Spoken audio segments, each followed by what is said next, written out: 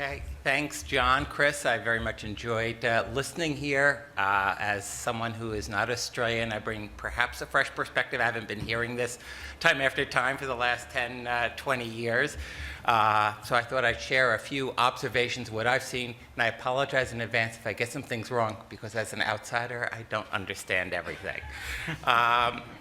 First, I'm struck by, I was at the closing panel at the last summer study. And there was somewhat of a downcast mood. There was an election imminent. It was very likely that the prime minister was going to repeal the carbon tax, and everybody was very worried. You all know what happened. In comparison, I'm finding a very upbeat mood. There's a brand new national energy productivity plan. There's lots of plans to follow up. There's lots of things happening at the state level. I think people really see the opportunities. One of the themes here is, can we double energy productivity? And I've been hearing in lots of the sessions, yes, we can, whether it's in buildings, it's transportation, industry, all these different policies. Yes, it really is possible. But it's not just we do one thing and it happens. You know, there's no silver bullet for doubling productivity. It's many little silver BBs, and we need to put them all together. In particular, I've been hearing a lot about the power of innovation, and particularly ICT-type technologies. Simon talked about smart cities. There's a session before about smart buildings and smart transportation. There's smart industry. That alone, from our work in the United States, we're probably talking a 15, 20% energy saving opportunity between now and 2030, averaged across many different applications. So that's enormous. As I mentioned, there's a lot of policy. I was looking at the National Energy Productivity Plan, and there are lots of things in there that various governments, whether it's Canberra or all the states, are planning to do, and hopefully they will follow through on those. I mean, they're already doing studies about new light-duty emission standards for the first time. I know every time I've been in Australia, I ask people about it. They go, we can't do anything. Now there seems to be much more of a can-do attitude. That's great.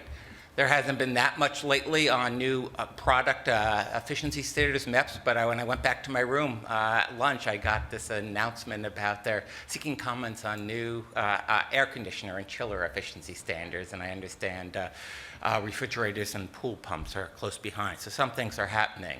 There seems to be a lot of interest in expanding the commercial rating program. I heard about changing the size threshold from 2,000 square meters to 1,000, and that evaluation shows it's been quite successful.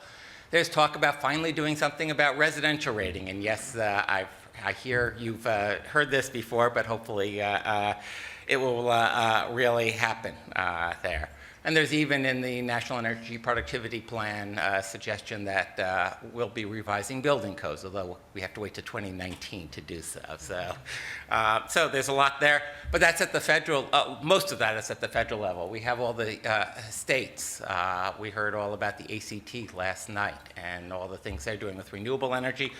One of the things that I picked up on that is their energy efficiency obligation is to try to save this year 14% of their electricity demand. That's life cycle savings, so it's 10 years of savings, but still 14% is enormous. New South Wales has just announced that they're going to be upping theirs to 8.5%, which is great, but hey, I challenge New South Wales. Can you meet the ACT? Likewise, Victoria, South Australia, I hear they are reviewing their energy efficiency obligations.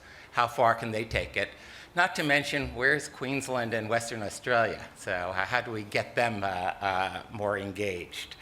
Let's see, a few other points. So lots of things in the National Energy Productivity Plan, but I think we need even more. As I mentioned, there's work on 3 standards taking place now. How do we do that? There's 22 products that are regulated. How do we get most of those updated and a few more done?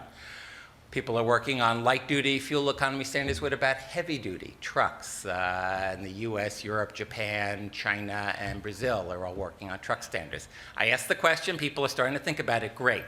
Let's make that happen. In general, there's lots of plans here. how do we make them reality? I'd love to be able to come back in a year and say, it's no longer just talk, we've done these 8 things. So that's for all of you working with officials in the various governments to try to turn talk into reality. There's also the whole question about electricity prices and the electricity markets, which is going to be very important. So much of our energy use, particularly in a relatively warm climate like most of Australia. It's air conditioning, not as much heating. How do we get the electricity markets right? And one thing I wanted to point out is that the whole importance of electricity pricing. I heard over lunch that there's a proposal in New South Wales to move to declining block distribution rates. Likewise, I heard a proposal in a session this morning about trying to have significant fixed grid charges to help pay for the cost of the grid. I would, to the extent you have declining block rates or you have large fixed rates and therefore the variable rates go down, you have a perverse incentive not to save energy but to use more. That's not to say that the current prices work. They need dramatic reform. There are a lot of costs. Some of them are truly fixed. A lot of them, well, they've been invested, but further money is going to be needed in coming decades to keep them going there. But we need those costs. I think we need to think creatively. In the United States, I think we're talking a lot more about time of use rates. How do you charge more for the power when it's really needed? Likewise, to the producers, you pay them more at the peak time, and if someone's producing lots of power at 2 in the afternoon when you don't need it, they won't get very much. But how do we introduce more modern pricing, but in ways that will encourage energy productivity rather than make it more difficult? 2 other little comments.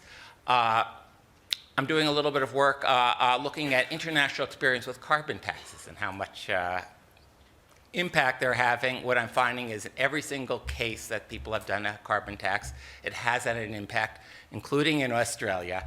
That said, the impacts around the world they're currently getting from carbon taxes are nowhere near the impacts that everybody committed to in Paris. So we need all these policies, but getting the price signals right also helps. So certainly in the US, we have a challenge. We don't have a carbon tax. We haven't even tried it. You guys at least have tried it. But how do we, whether it's in the US, Australia, and other countries, get some type of price on carbon to complement all these policies? That's not something to do overnight, but let's all think about how we can make it politically acceptable. I mean, in the United States, for example, we're talking about how do we impose some type of carbon fee, but have cuts in certain other regressive taxes or other things, so it's maybe revenue neutral, things like that. How do we think creatively about that? And then finally, I'm going to throw out an idea I had mentioned before, but a lot of people have come to me and said, yeah, that would be a pretty good idea, so I'll throw it back at you again. How about a scorecard to compare and rate all the states and have a little friendly competition between chief ministers to see who can be #1 and who would not be #7 in terms of energy efficiency?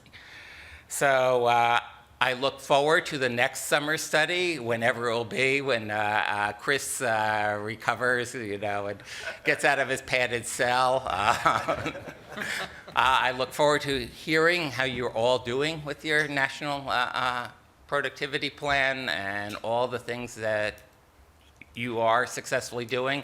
I've certainly taken a whole bunch of notes here about, what's going on, with some of your energy efficiency obligations, neighbors, and other things that I can bring back to the U.S. because we can all learn from these others.